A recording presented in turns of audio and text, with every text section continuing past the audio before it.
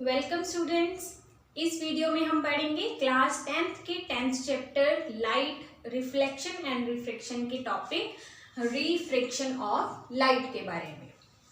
आप बचपन से पढ़ते आ रहे हैं that light always travel in a straight line and this is true for all the mediums, whether the light is traveling in air, in water or in glass or in any other medium।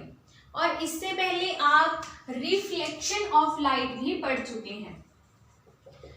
Reflection of light क्या है? जिसमें light किसी एक object से टकराने के बाद उसी मीडियम में वापस मुड़ जाती है।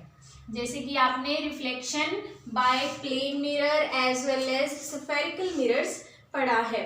तो यहाँ पे लाइट का इंसिडेंट होकर उसी मीडियम में वापस चले जाना, यहाँ पे वो लाइट किस में ट्रेवल कर रही है? एयर में, और इस सरफेस पे स्ट्राइक करने के बाद वो एयर में ही वापस आ गई है। So here the medium is not changed and why? Because this mirror is an opaque object. तो लाइट ओपेक ऑब्जेक्ट्स को क्रॉस नहीं कर सकती, लेकिन अगर हम इस मिरर की जगह पर कोई ट्रांसपेरेंट मीडियम रख दें जैसे कि वाटर और ग्लास, तो क्या लाइट उनको क्रॉस कर पाएगी? ऑब्वियसली यस, क्योंकि हम डेली लाइफ में ऑब्जर्व करते हैं we can easily see the objects through the plain glass and also in the water. तो इसका मतलब लाइट ट्रांसपेरेंट मीडियम को क्रॉस करती है, but does it follow the same path as it was following in the air और it changes its direction? Let us check out this with the help of some activities. हमने एक glass में पानी भर लिया है। अब हम इसमें एक पेंसिल को डिप करेंगे। तो आप यहाँ देख सकते हैं कि पेंसिल हमें बेंट दिखाई दे रही है, स्ट्रेट दिखाई नहीं दे रही। और यह बेंडिंग कहाँ हो रही है? जहाँ एयर और वाटर एक दूसरे से मिल रहे हैं।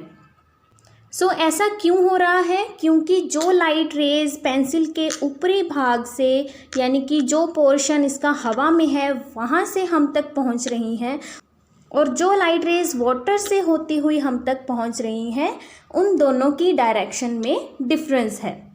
इसी तरह अगर हम एक छोटा लेमन ले लें, आप देख सकते हैं कि इसका साइज़ बहुत ही छोटा है, लेकिन अगर हम उसे इस तरह डिप करें कि इसका हाफ पोर्शन पानी के अंदर हो, तो आप क्लियरली देख पा रहे हैं कि जो पोर्शन पानी के अंदर है वो हमें बहुत बड़ा दिखाई दे रहा है, मैग्नीफाइड दिखाई दे रहा है।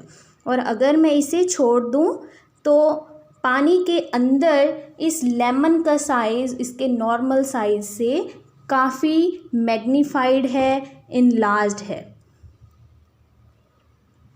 इसी तरह से मैंने एक कॉपी के ऊपर एक एरो बना लिया है जिसकी डायरेक्शन टूवर्ड्स राइट है। अब मैं इसे इस ग्लास में भरे हुए पानी के थ्रू देखूंगी।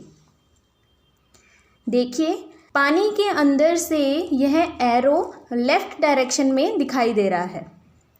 ऐसा क्यों हुआ है? क्योंकि जो लाइट रेज इस एरो से आ रही हैं वो एयर को, वाटर को और इस ग्लास को क्रॉस करके हम तक पहुंच रही हैं, जिसकी वजह से इस एरो की पूरी डायरेक्शन ही चेंज हो गई है। We have taken a ball and we are now putting a piece of marble in it. अब हम इस बॉल को इतना पीछे करेंगे कि हमें यह मार्बल दिखाई ना दे। इस पोजीशन में हमें बिल्कुल भी मार्बल दिखाई नहीं दे रहा। अब हम इसमें वाटर डालेंगे।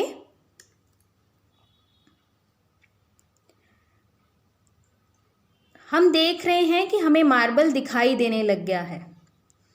And now the marble is completely seen inside the water. ऐसा क्यों हुआ है? क्योंकि बिना पानी के जो लाइट रेज मार्बल से आ रही थी वह हमारी आंखों तक नहीं पहुंच पा रही थी इस बॉल की वजह से, लेकिन वाटर डालने के बाद वही लाइट रेज बेंड होकर वाटर से होती हुई हमारी आंखों तक पहुंच रही हैं।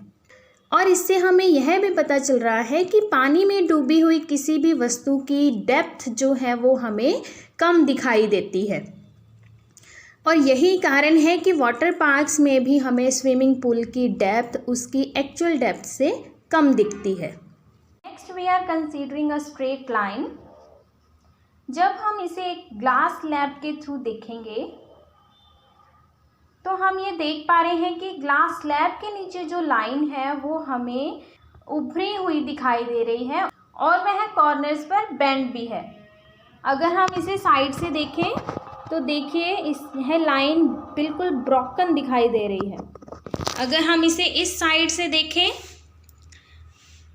तब भी यह ब्रोकन दिखाई दे रही है। इस प्रकार यह हर साइड से हमें ब्रोकन दिखाई दे रही है या बेंड दिखाई दे रही है। ऐसा क्यों है? क्योंकि लाइट रेज इन पोर्शन से डायरेक्टली एयर के थ्रू हमारे तक पहुंच रही हैं, लेकिन जो लाइट रेज इस ग्लास स्लैब के नीचे से आ रही हैं वह इस ग्लास स्लैब के थ्रू होती हुई और एयर के थ्रू होती हुई हम तक पहुंच रही हैं, और इस मीडियम के डिफरेंस के कारण ये लाइन हमें बेंड दिखाई दे रही है। सो इन सभी एक्टिविटीज़ में हमने देखा कि जब भी लाइट किसी एक मीडियम से दूसरे मीडियम में जाती है then its direction get changes. This bending of light when it passes one medium to another is called refraction of light. That means जब भी लाइट एक मीडियम से दूसरे मीडियम में जाएगी तो उसकी डायरेक्शन चेंज हो जाएगी, चाहे वो एयर टू वाटर जा रही है, water to glass, glass to air और any other two mediums. This bending of light will occur at the surface where the two mediums intersect each other. तो अब ये ट्रांसपेरेंट मीडियम कौन कौन से हो सकते हैं? It can be air, it can be glass, water और एनी टाइप ऑफ ऑयल, या फिर इनके अलावा कोई भी और मीडियम्स।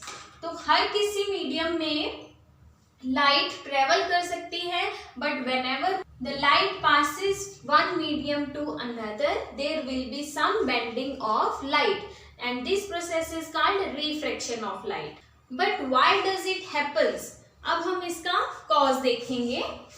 Cause of refraction आप लोअर क्लासेस में पढ़ चुके हैं that speed of light in air is 3 into 10 raised to power 8 meter per second.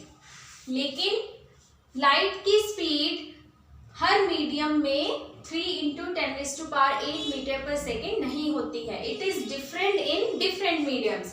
For example, in glass the speed of light is 2 into 10 raised to power 8 meter per second. In water it is 2.25 into 10 raised to power 8 meter per second. और similarly oil में इन सबसे एक different light की speed होगी। So due to this difference in the speed of light, when it passes from one medium to another, there is bending of light. जैसे कि light air to glass travel कर रही है, तो जब वो एयर और ग्लास के इंटरफेस पर पहुंचेगी उस पॉइंट पे उसकी speed 3 into 10 raised to power 8 meter per second से 2 into 10 raised to power 8 meter per second हो जाएगी। Due to sudden change in the speed of light, some bending will occur at this point and instead of going straight, the path of light will get changed. So what is the cause of refraction? It is the change in speed of light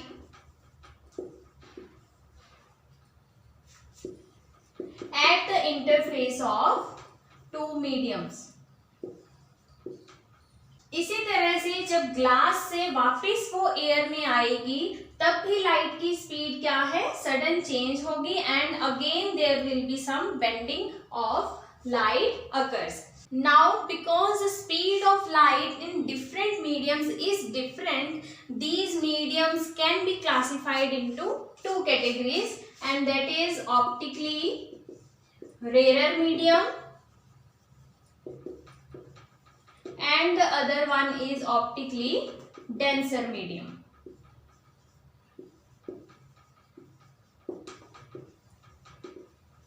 optically rare medium कौन से होंगे? In which the speed of light is more, and optically denser mediums are those in which speed of light is less. यहाँ पे notice करने वाली बात है that rarer and denser mediums क्या हैं? एक कंपैरेटिव टर्म्स हैं जिसमें हम दो मीडियम्स को आपस में कंपेयर कर रहे हैं. सो जिस भी मीडियम में स्पीड कम होगी that will be called as optically denser medium, और जिसमें स्पीड ऑफ लाइट ज्यादा होगी उसे हम कंसीडर करेंगे रेयरर मीडियम.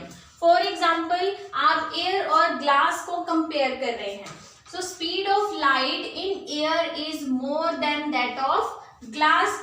तो इसका मतलब air is optically rare than glass, और ग्लास क्या है?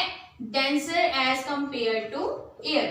उसी तरह अगर हम ग्लास और वाटर को कंपेयर करें तो ग्लास में लाइट की स्पीड वाटर से कम है, तो इसका मतलब glass is optically denser medium as compared to water, and water is rarer medium as compared to glass. But this water is also denser medium as compared to air, क्योंकि air से इसकी speed कम है but it is more than that in glass. सो कोई भी एक medium किसी दूसरे medium के कंपैरिजन में रेयरर भी हो सकता है, डेंसर भी हो सकता है. ये किस पे डिपेंड करता है? It depends on the speed of light in that medium. एक और बेसिस है जिसके बेस पर हम किसी मीडियम को रेयरर और डेंसर मीडियम में क्लासिफाई कर सकते हैं, दैट इज रिफ्रैक्टिव इंडेक्स. इसके बारे में हम आने वाली वीडियोस में डिस्कस करेंगे.